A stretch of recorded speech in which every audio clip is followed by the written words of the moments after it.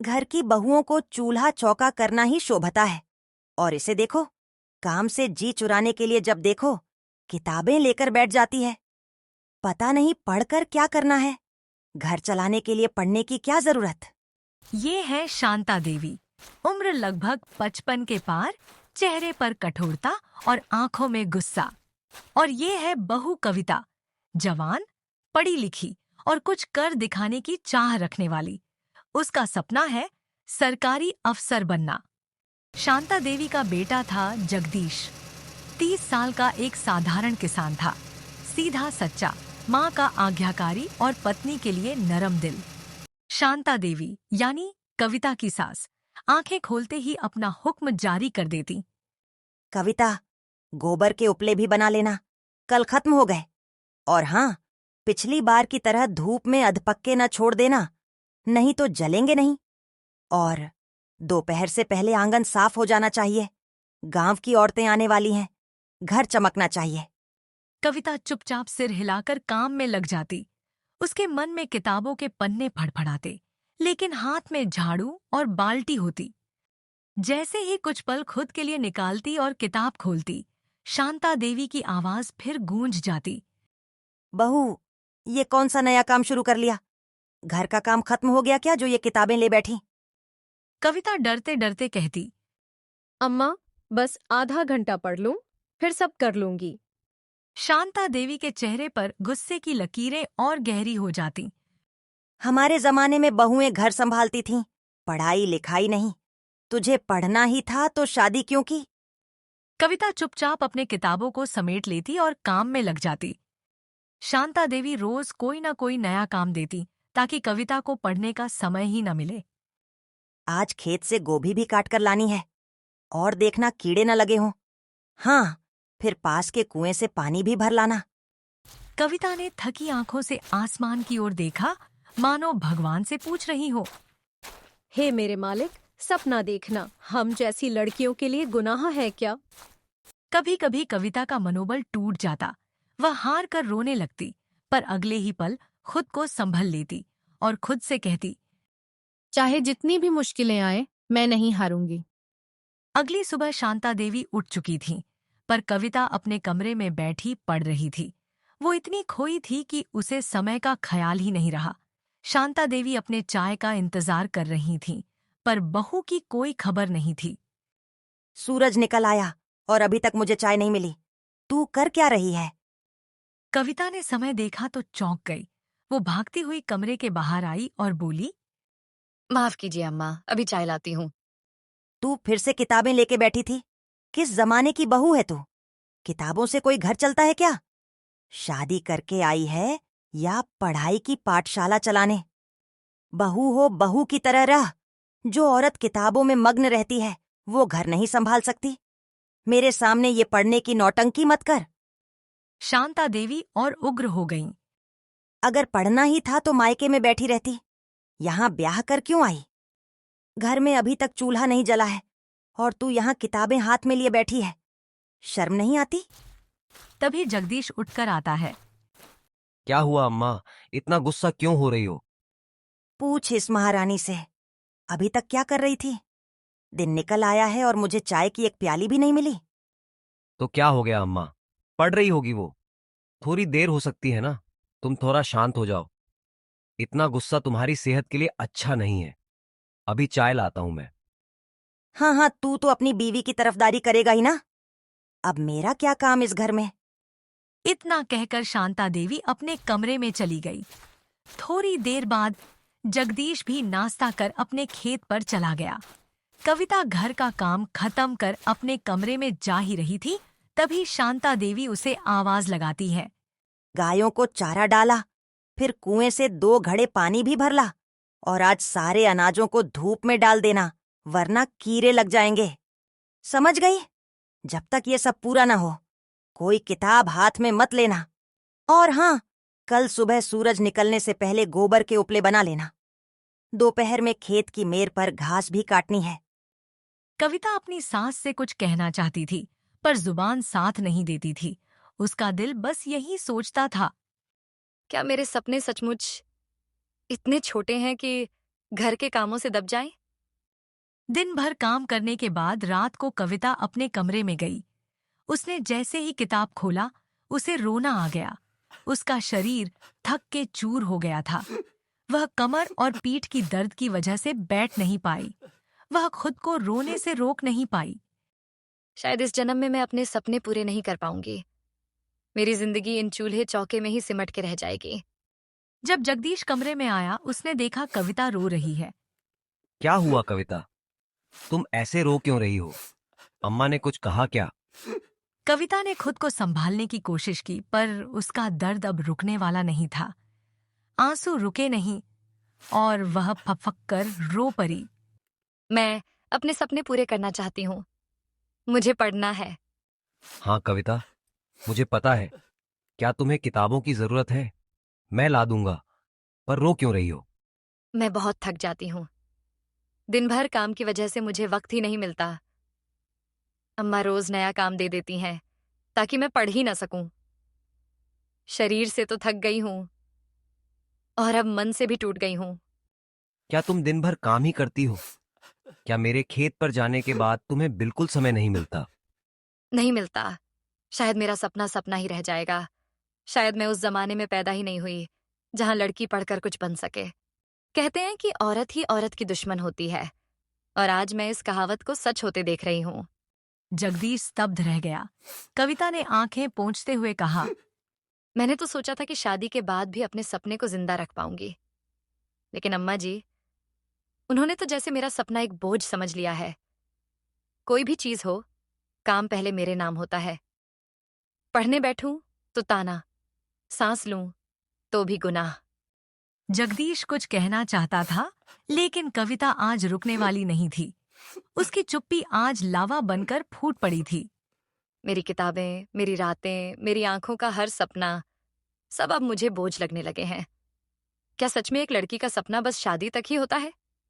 क्या मैं सिर्फ रोटियां सेंकने और झाड़ू पकड़ने के लिए पैदा हुई थी? मैं हार गई। अब मुझसे नहीं होगा। मेरा सपना शायद सपना ही रह जाएगा। ऐसा मत बोलो कविता। मैंने तुझसे शादी सिर्फ इसलिए नहीं की थी कि तू रोटियां बनाए, घर का काम संभाले या मेरी माँ की सेवा करे। मैंने तुझसे शादी इसलिए की थी कि तू मेरी जिंदगी की साथी बने। उस दिन 7 फेरे लेते वक्त मैंने वचन लिया था कि तेरे हर सपने में तेरा साथ दूंगा। तब ये तो नहीं कहा था कि सपने सिर्फ मेरे होंगे और तू बस घर संभालेगी। और जब तक मैं जिंदा हूं, कोई भी तुझसे तेरा सपना नहीं छीन सकता, चाहे हालात हो या लोग। मैं तुझसे वादा करता हूं, अब एक भी दिन ऐसा नहीं जाएगा जब तू अकेली महसूस करेगी। अगर तुझे पढ़ाई करनी है तो मैं घर का हर काम करूंगा, अम्मा को भी समझाऊंगा। कविता ने रोते हुए पूछा। लेकिन क्या अम्मा मानेंगी?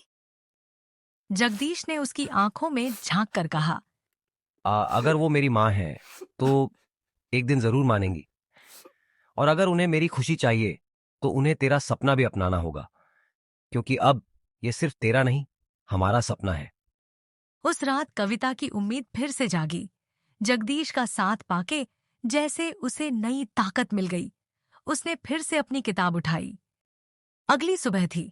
जगदीश आज जल्दी उठ गया था, लेकिन इस बार खेत की ओर नहीं गया। वह सीधा अपनी माँ के पास आ बैठा। शांता देवी ने देखा तो पूछा, आज खेत नहीं जाना क्या? जगदीश कुछ पल चुप रहा, फिर बहुत शांति से बोला। अम्मा, एक बात कहनी है। शांता देवी ने नजर उठाई, लेकिन कुछ नहीं बोली। अम्मा, आप कविता को पढ़ने क्यों नहीं देती? घर का हर काम उसी से करवाती हैं। क्या बहू होना कोई सज्जा है? शांता देवी चौंकी। बेटे को इतने सालों में कभी इस लहजे में बोलते नहीं सुना था। जगदीश, तू मुझसे ऊंची आवाज में बात कर रहा है अपनी बीवी के लिए? जगदीश ने नरमी से लेकिन दृढ़ता से कहा, नहीं अम्मा, मैं अपनी पत्नी के हक के लिए बात कर रहा हूं। कविता कोई काम नहीं टालती, दिन भर लगी रहती है, फिर भी आप उसे ताना देती हैं। वो पढ़ना चाहती है, कुछ बनना चाहती है, इसमें क्या बुराई है? शांता देवी का चेहरा सख्त था। बोली, तो क्या अब मैं काम करूंगी? मेरी उम्र देखी है, और ये बहू पढ़ लिख कर क्या करेगी? अफसर बनेगी क्या? अगर आप काम नहीं कर सकती तो मैं करूंगा, कविता पढ़ेगी। मैं खेत भी देख लूंगा, घर का काम भी कर लूंगा, लेकिन मैं उसे उसके सपनों से दूर नहीं होने दूंगा। शांता देवी चुप रहीं। उन्हें यकीन नहीं हुआ कि उनका सीधा सादा बेटा आज उनके सामने खड़ा हो गया। जगदीश ने धीरे धीरे कहा, कविता कल रात बहुत रोई अम्मा, टूट गई थी। उसने मुझसे कहा कि शायद औरत ही औरत की दुश्मन होती है। शांता देवी चौंकी। क्या ऐसा बोली बहू? क्यों ना बोले अम्मा, आपने कभी उसकी आंखों में झांका है? वो कितना थकती है, फिर भी एक आवाज पर दौड़ती है। क्या हर लड़की का सपना बस घर के चूल्हे में जल जाना होता है? क्या जो बहू बन जाए उसके पास अपने ख्वाब नहीं रह जाते? शांता देवी की आंखें थोड़ी नरम पड़ीं। अम्मा, जब बाबूजी नहीं रहे थे तब हम दोनों ने मिलकर कितना कुछ संभाला था ना। आप सुबह उठती, चूल्हा जलाती, मैं खेत जाता, फिर लौटकर घर का काम भी करता। शांता देवी की आंखों में वो पुरानी यादें उतर आईं। सिर हिलाकर बोली, हाँ बेटा, बहुत कुछ झेला हमने। तू तो बचपन से ही समझदार रहा। अम्मा, जैसे हमने मिलकर घर चलाया था, वैसे ही अब मैं चाहता हूं कि हम दोनों मिलकर कविता को उसके सपने पूरे करने दें। क्या सपना है उसका? पढ़ लिख कर क्या करेगी बहू? अम्मा, उसने अफसर बनने का सपना देखा है। किताबों से लगाव है उसे। औरत हो या मर्द, सपना किसी का छोटा नहीं होता। शादी कोई सजा नहीं होती कि वो अपने सपनों को मार दे। शांता देवी कुछ नहीं बोली, सिर्फ सुनती रहीं। जगदीश ने आगे कहा, अम्मा, आप कहती हैं बहू को घर चलाना चाहिए, मैं मानता हूं, लेकिन हम भी तो कुछ कर सकते हैं। क्या कविता को एक मौका देने से हमारा घर टूट जाएगा? नहीं अम्मा, ये घर और मजबूत होगा अगर हम उसके साथ खड़े होंगे। शांता देवी की आंखें भर आईं। पहली बार उन्होंने अपने बेटे की बातों में वो गहराई देखी जो शायद पहले कभी नजर नहीं आई थी। वो सोच में डूब गईं। जगदीश ने बात आगे बढ़ाई। अम्मा, अगर आप चाहें तो कविता कल भी बर्तन मांजेगी और खेतों में मिट्टी उठाएगी, लेकिन अगर आप उसकी आंखों की चमक देखना चाहें तो उसे पढ़ने दीजिए। एक दिन वो अफसर बनेगी और लोग कहेंगे, शांता देवी की बहू ने नाम रोशन किया। क्या आप वो दिन नहीं देखना चाहेंगी? ठीक है बेटा, तू कहता है तो मैं कोशिश करूंगी। बहू को उसके सपने पूरे करने दूंगी। पर तू वादा कर, तू मुझसे कभी गुस्सा नहीं होगा। तू मेरे साथ खड़ा रहेगा।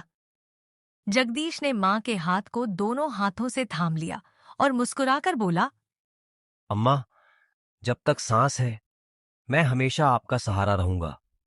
और कविता भी, वो जब अफसर बनेगी ना, तो सबसे पहले आपके पैर छूकर धन्यवाद कहेगी।